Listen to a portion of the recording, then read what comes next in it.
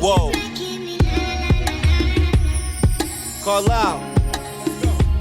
She was from the west side, uptown, 45th Ave, bad little thing, she a cutie, and she got swag, told her that when I come through, we could pop tags, took her out of town just for shopping, you know we blow it back, don't care if haters is watching, they just getting mad, real bosses. What's up, it's your boy Richard Carlisle, Quiet Taste Show, and right now I'm sitting here with the one and only Jig Cicero. Yo, what's goody? Yo, everything is good, man. You know, we down here in the A, doing a lot of work.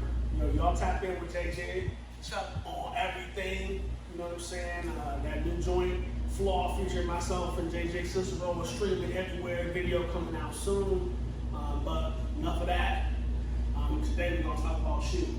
Okay. You know what I'm saying? That's cool. So for those that for the people that's uninitiated, just tell people a little bit about yourself. All right. My name is Jig Cicero. I grew up mostly in Cleveland, but some in Dayton, Ohio. Always loved music. I started off singing. Singing was actually my first love.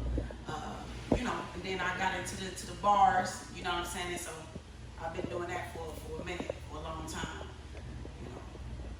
All right. So, you didn't have a lot of success over the years. Sure. You're making major plays, making major moves, doing big business.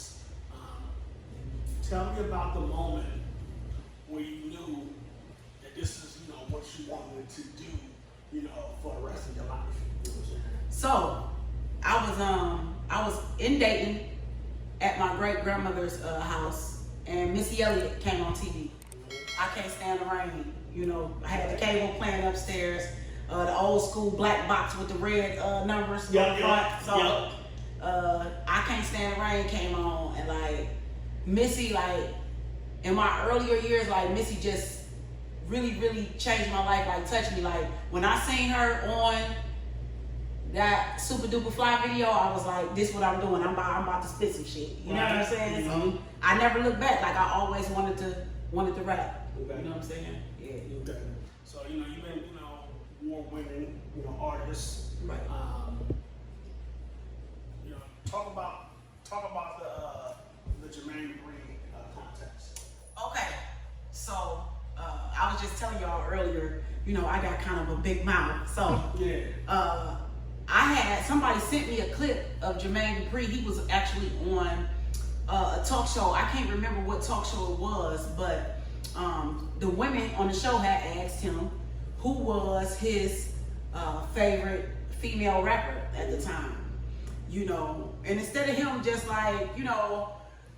saying a Rhapsody or somebody like that, he I really don't listen to female rappers because all the female rappers talk about stripper music, and they got all the female rappers is strippers at the club rapping. And so I saw it and I was pissed. I went on this 6-minute rant or whatever, and somehow, some way, somebody tagged him on the video, and he ended up reposting the video on his page of me going off. And so from that, he started the So Deaf Women Cypher. He put out a beat. He was like, okay, all y'all females out there that think y'all can rap, woo, kill this track or whatever. Of course, I killed the track. Right. It was me and maybe 4 or 5 other women. He picked us. He flew us out to New York. Mm-hmm. We did the So Deaf Women Cypher show. It was dope. I met a lot of dope people, made a lot of dope connections. Shortly after that, y'all picked up and said, we coming to that. Yeah, well, we was already coming to that. Right. We was already had planned. That's what was so crazy about it, that Jermaine Dupri of all people, that happened right there, because we was already coming to that. Mm-hmm. You know what I'm saying? We had already said, that summer, we was leaving. Yeah, anyway. So that sort of just came together. Right. That's divine intervention. Right. The universe was like, okay, here's your sign. Yeah, right. So, yeah, that was that. That was a dope experience for me. Mm-hmm. Mm-hmm. So, a lot of artists are unaware, of the various ways that they can monetize their craft. Everybody think that they have to have a #1 single lot of money, to be had in, having your music placed in TV shows, video games, movies, or, doing commercials and things of that sort. Yeah. And, the last couple of years, you've been going back and forth, you've been telling me, Carlisle, there's money in this, bro. Yeah. So, just, talk a little bit about that. It's, you know what, it's all about applying yourself. It's all about wanting to be successful so bad in your craft and knowing that you don't want to punch a 9 to 5 to where you gonna figure out how to sell yourself as far as your music. Yeah. So what started me really rolling in, I got on Fiverr. Mm-hmm. Fiverr, if y'all don't know what Fiverr is, it's a place where people go, and there's people on there that rap, sing, do computer work or whatever, and people hire them. And so, I was on the site, for a long time, writing articles for restaurants and businesses. Yeah. So I was getting that copyright money. Yeah, because it's money. Because what people don't understand is, whatever you do, somebody else don't do it, and they willing to pay you for it. You know what I'm saying? So I do podcast intros. I do DJ fire starters. Like a DJ might hit me up like, Jig, make me a fire starter, something that I can play before my sets to amp the crowd up so they can know who I am. I do voiceovers. Like I got voices. You know what I'm saying? Like all type of stuff. Like people hit me up for all type of stuff, and that's what keeps me rolling. Because see, what happens with artists is they not getting that #1 record, and they not getting that blow that they want, and so they stop, they quit because like this shit ain't working. But it's other things that you can do until you get that #1 record. Also, you know what I'm saying? Yeah, you can do a lot of stuff. Stuff like that. Yeah. It's like you can make 6 figures in this game and nobody ever know your name. Right.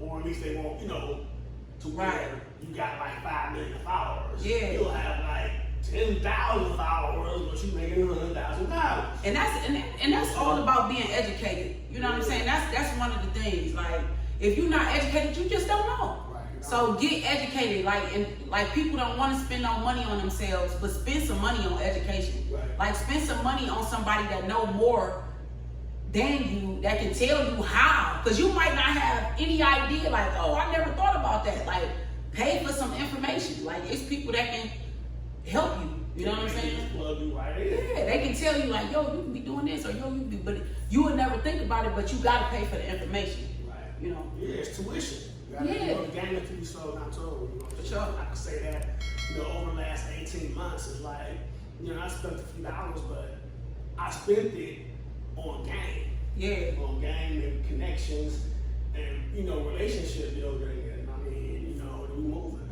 Yeah. For sure. We're moving. Like, what's something that, artists, or one thing in particular that artists need to look out for, when they journey? Let me see. And I can't tell you it's a particular thing that you gotta look out for. Or just one thing, Because it's everybody gonna have a different experience. Yeah. But the one thing I can say to look out for, if you got snaked once, right, don't be snaked again. Yeah. Like just don't keep signing up to get your asshole laid out. Like listen, if it's snakes wear many different hats. Right. Snakes, many different complexions, got many different faces. But if you see that this situation is going the way that your last 2 previous situations, maybe you should try to turn the corner. Like, that's what it's gonna be. Yeah, don't keep on going through the same door a million times expecting to come out different. It's gonna come out the same way. So if you see something, because you gotta, it's all about trial and error. Right. Everything ain't gonna be like, you know what I'm saying? But if you see, like, damn, I did that the last time and that didn't work. Yeah, what's the one brother that's motivational speaking? I can't think of his name, but he's the OG. He one of the OGs of the inspirational talking. Speaking here, brother. I don't know. It's a lot of them. Yeah, it's a lot of them. No, but like Dr. Boyce Watkins? Not Boyce. What do you look like? Not Dr. Eric, like Dr. Eric King, right? Yeah. But the dude that he looked up to, I think he was married to Shaka Khan. I don't know what you're talking about. Let me see. You know, but this is important. But it's gonna make sense in the video. You know what I'm saying? It's gonna. What I'm saying, you know, you hurry up, man. You know, but yeah. But anyway, he has said, you know, life's a game, man. Play with it. You're gonna get strong by getting into the fights, and you know what I'm saying. You can't be afraid to get into those fights, because then you get into fights where you hit back. You ain't gonna learn how to fight until you jump in. Exactly. You gonna jump in. You're not gonna not get juked. Yeah, and then like people be like the money thing, like money. You get money, like you cannot take money to the grave with you. So money is made to get put back in circulation. Yes. You know what I'm saying? So you will go spend some bread on some Gucci. You will go spend some bread on some fake ass jewelry. Look like you flexing. Spend some bread on knowing how to get some bread for real. Like if you gonna blow the bread, he's blowing the promotion. Yeah. You know what I'm saying?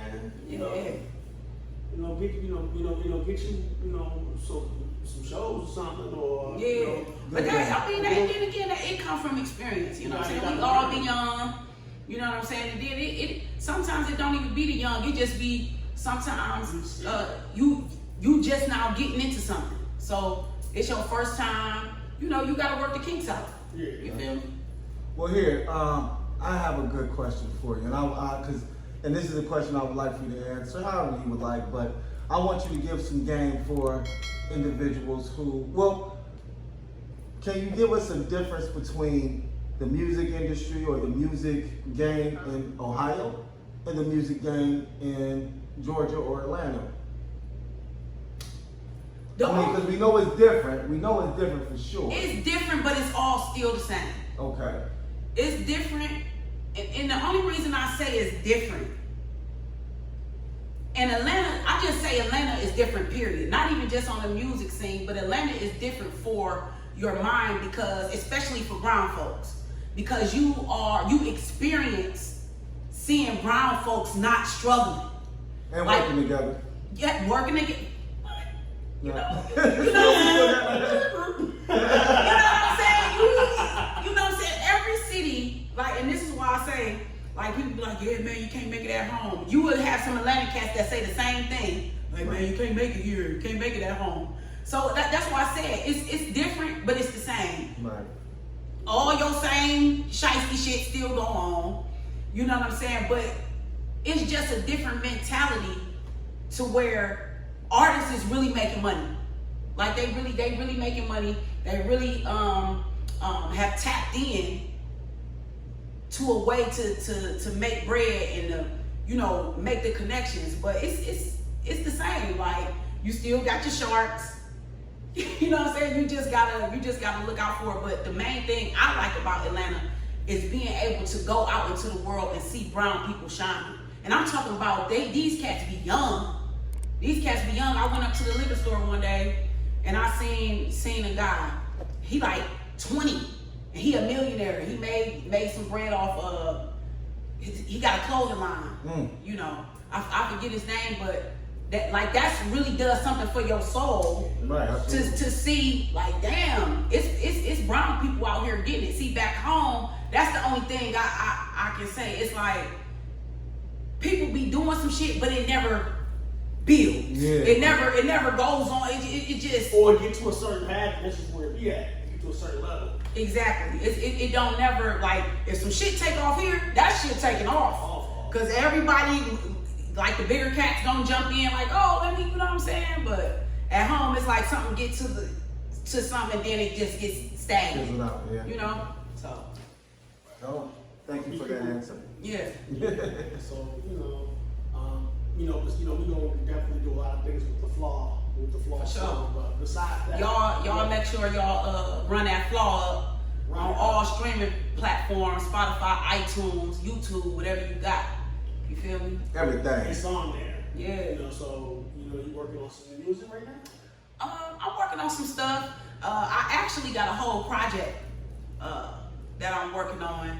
I'll probably release the first single off that project maybe late fall or maybe early winter. So y'all be on the lookout for that. I ain't gonna even put the name of it out yet. Okay. You know, Just be on the lookout because you know it's coming. Yeah, but I just been working. Shout out to everybody running the streams up on IDGAF, downloading IDGAF. Shout out everybody buying IDGAF merch. You know, I'm just enjoying that right now. That record took off. That's a big record, man. Yeah. How was that? Because Book did say it just took off. How did that feel? How did that happen?